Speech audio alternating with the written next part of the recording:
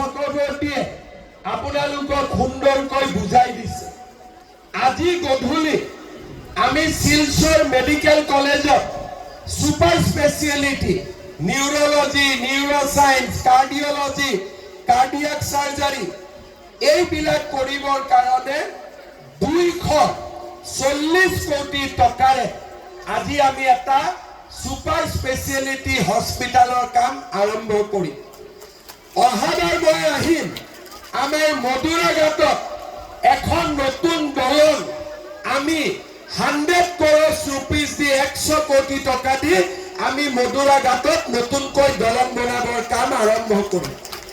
সবচে ডাঙৰ কথা, আমি শিলচৰত যিমান ট্ৰেফিক জাম হয় তাৰ পৰা শিলচৰক ৰক্ষা কৰিবৰ কাৰণে আমি এখন ফ্লাইঅভাৰৰ ডিজাইন কৰিছিলোঁ।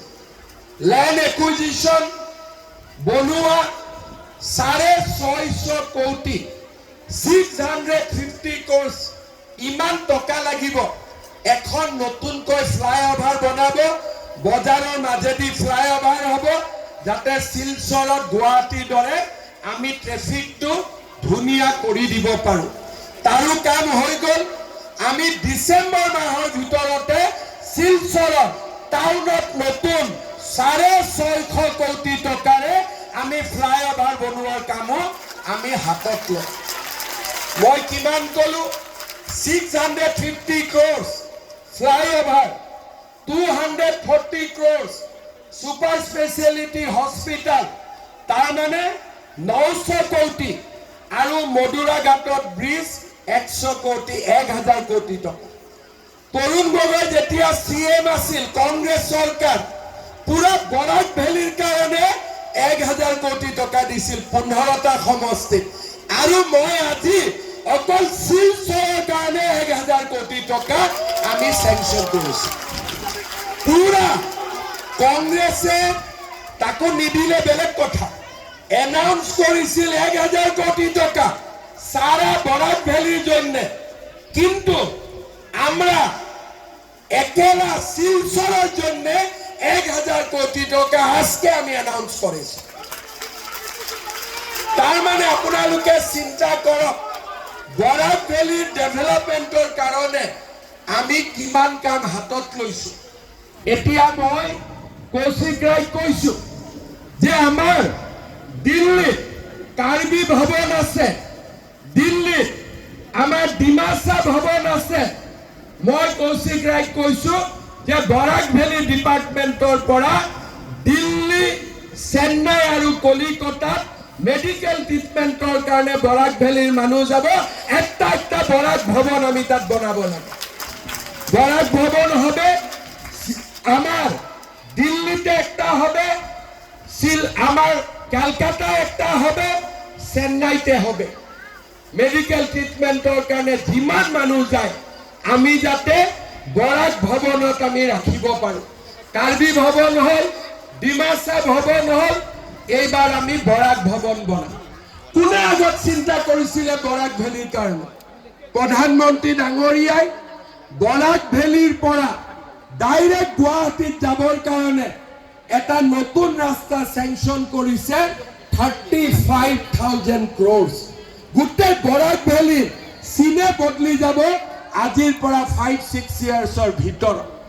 এই বছৰৰ ভিতৰতে আমাৰ দলুত এয়াৰপোৰ্টৰ কামো আমি চেংচন কৰাম দিল্লীৰ পৰা 3000 crores rupees। চিন্তা কৰক আগত কিমান কাম হৈছিল। না কোনোবাই অৰুণোদয় পাইছিলে, মহিলা উদ্যমিতা পাইছিলে, ফ্লাইঅভাৰ হৈছিলে, মেডিকেল কলেজত কাম হৈছিলে। খালি কংগ্ৰেছৰ দিনত কি হৈছিল? লুঙ্গি আৰু ধুতি। ঠিক কৈছো নে নাই মই? আবার কি আমাকে লুঙ্গি ধুতির সরকারে দরকার আছে? আমার কি লুঙ্গি ধুতির সরকারে দরকার আছে? আবার একদম ওইটি কথা। আমি লুঙ্গি ধুতির পৰা ওলাই আহিলো। আমি এখন নতুন শিলচৰ, নতুন বৰাক উপত্যকা, নতুন অসম আমি নিৰ্মাণৰ বাবে কাম কৰিম। সকলোকে মই ধন্যবাদ জনাইছো। 10টা 9:30 বজাতে আপোনালোক আহিছে। মই যাওঁতে দেখি গৈছিলো মোৰ ৰাতাবাৰীত এখন মিটিং আছিল ৰামকৃষ্ণ নগৰ, তাৰ কাৰণে অলপ দেৰি হৈ গ'ল। কিন্তু আমি আপোনালোকক বেছি দেৰি নাৰাখো। চবকে যদি আমি মাটি চেক দিওঁ সময় বহুত লাগিব। তাৰ কাৰণে আমি কি কৰিম, আমাৰ ভিঅ আৰু মিউনিচিপালিটিত আমাৰ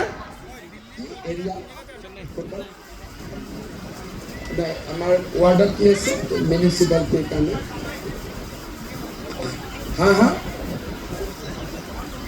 আমাৰ মিউনিচিপালিটিটো আমাৰ যিটো ভিঅ আছে, মই জাষ্ট নামটো পাহৰি গৈছোঁ, লোকেল কি কয়, মই জাষ্ট নামটো পাহৰি গৈছোঁ, কৈ দিব।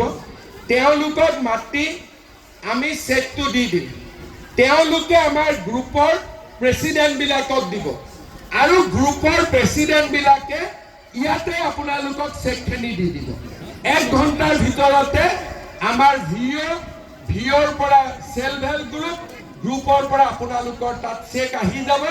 চেকখন লৈ ঘৰত যাব, নহ'লে হাজবেণ্ডে বহুত জোকাব আজি। বুজি পালে? কাৰণ ভাতো পোৱা নাই, আজি ৰাতিপুৱা চাহো পোৱা নাই। সেইকাৰণে আপোনালোকে চেকখন লৈ যাব। আকৌ এবাৰ আপোনালোকক ধন্যবাদ দিছোঁ। অহা বছৰ 25,000 টকা ল'বৰ কাৰণে আমি আকৌ ইয়াত গোট খাম। হ'বনে নহ'ব? পাক্কা? তেতিয়াহ'লে মোৰ লগত লাষ্ট আকৌ এবাৰ জোৰ কৰি ক'ব, ভাৰত মাতা কি, ভাৰত মাতা কি, নৰেন্দ্ৰ মোদী, পৰিমল শুক্লবৈদ্য, দীপায়ন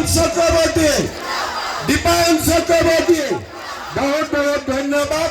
জয় হিন্দ, বন্দে মাতৰম।